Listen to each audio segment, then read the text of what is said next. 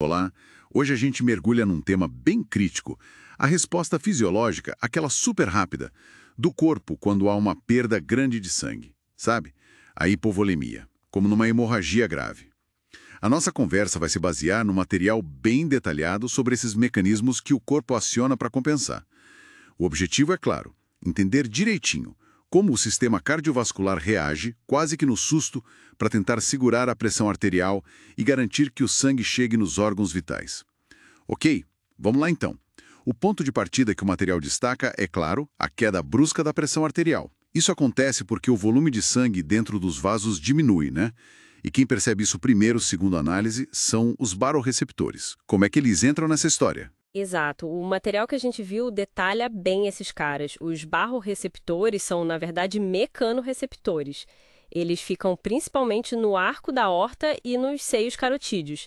E são super sensíveis ao estiramento da parede da artéria. Pensa assim, mais pressão, mais estiramento, mais disparos elétricos para o cérebro.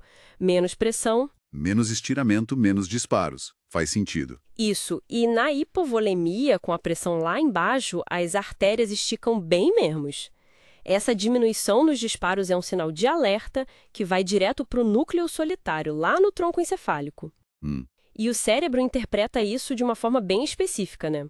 O material explica que essa redução nos sinais faz o centro cardiovascular diminuir a atividade parasimpática, aquela que acalma o coração. Uhum. E, ao mesmo tempo, aumentar e muito a atividade simpática, o sistema de luta ou fuga, digamos assim. Então essa virada de chave do sistema nervoso autônomo é que causa os efeitos imediatos para tentar estabilizar tudo, né?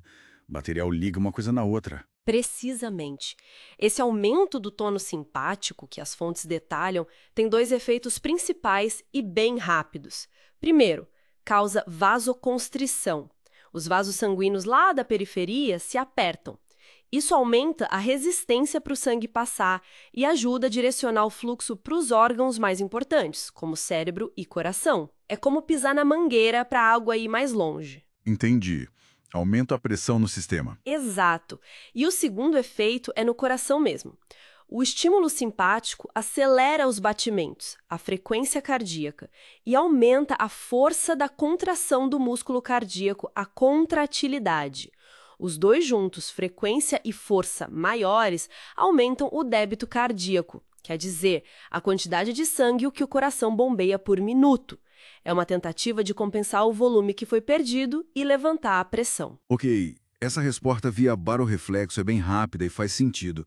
Mas o material também fala de outro mecanismo mais ligado ao volume mesmo, que envolve os átrios e um tal de peptídeo natriurético atrial, o ANP. Como isso funciona junto? Sim, é outro ponto importante que o material aborda. Além dos barorreceptores nas artérias, existem receptores de estiramento nas paredes dos átrios, as câmaras de cima do coração. Na hipovolemia, chega menos sangue de volta para o coração, então essas paredes dos átrios esticam menos.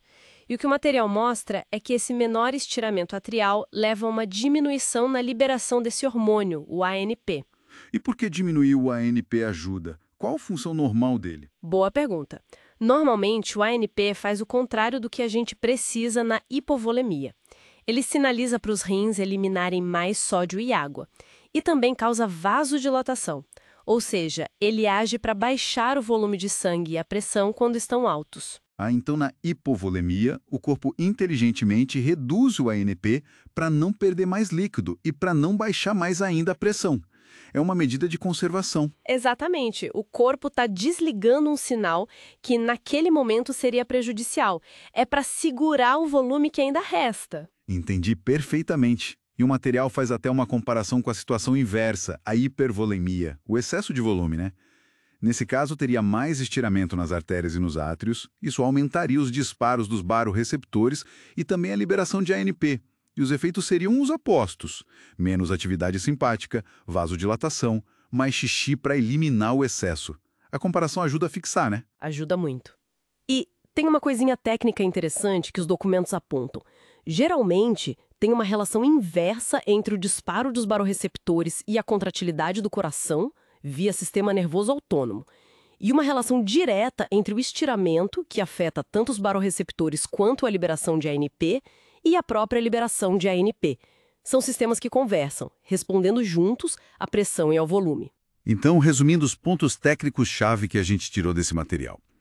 A queda de pressão é detectada pelos barorreceptores. Isso dispara um reflexo nervoso dominado pelo sistema simpático, que acelera o coração, aumenta a força dele e fecha os vasos periféricos.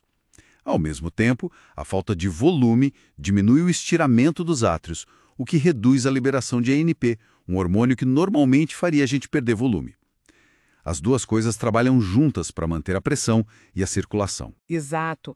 Para concluir, o que fica muito claro na análise desse material é a rapidez e a integração desses mecanismos. Não são coisas isoladas. A resposta dos barorreceptores e a mudança no ANP são parte de uma estratégia fisiológica super bem coordenada. É vital para a sobrevivência ali nos primeiros momentos de um choque hipovolêmico. Uma bela demonstração da capacidade de adaptação do nosso corpo.